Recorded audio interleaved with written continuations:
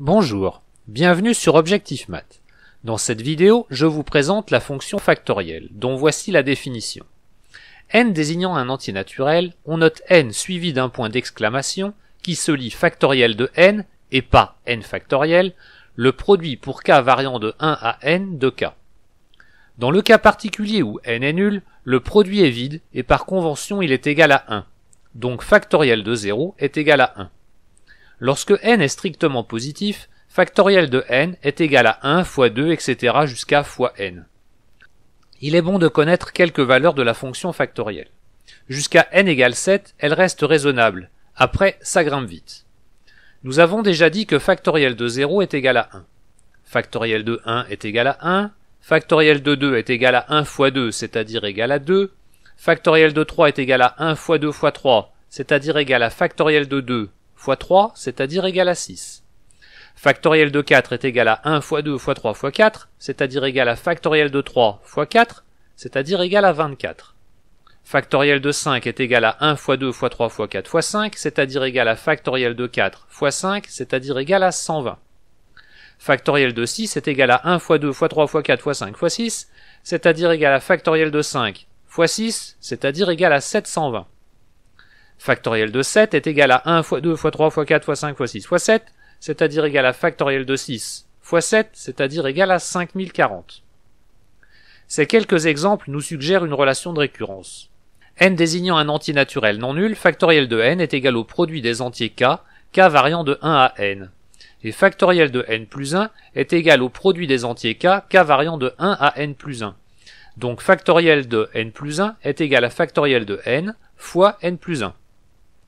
Lorsque n est égal à 0, factoriel de 0 est égal à 1 par convention, et factoriel de 1 est aussi égal à 1.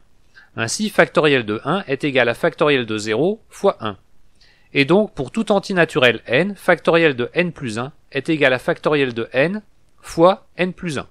C'est d'ailleurs pour que cette relation soit valable pour tout entier naturel n que l'on prend la convention factoriel de 0 égale à 1. Je vous présente maintenant deux programmes en langage Python calculant la fonction factorielle. Le premier est un programme itératif. On commence par nommer la fonction, que j'appelle naturellement factorielle, et qui prend un seul paramètre, ici n.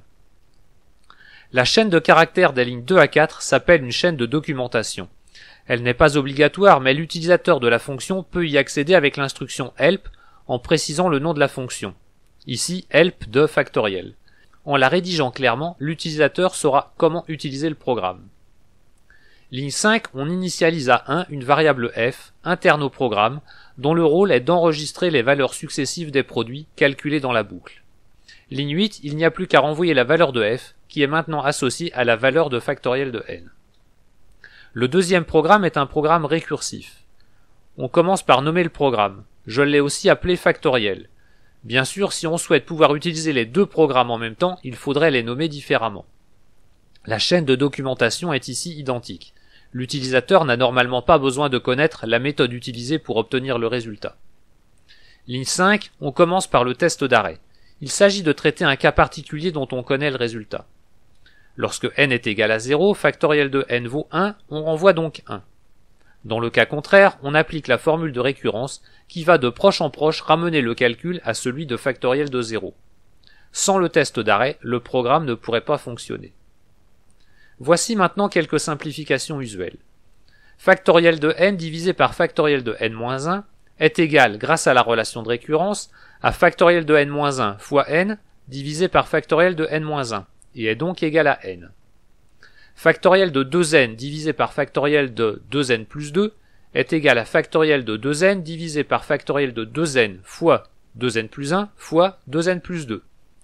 En simplifiant par factoriel de 2n et en factorisant par 2, la fraction est égale à 1 sur 2 fois n plus 1 fois 2n plus 1. Un dernier exemple. Réduisons au même dénominateur 1 sur factoriel de n moins 1 sur factoriel de n plus 1. La première fraction peut s'écrire n plus 1 divisé par factoriel de n plus 1. Le tout se simplifie donc en n sur factoriel de n plus 1.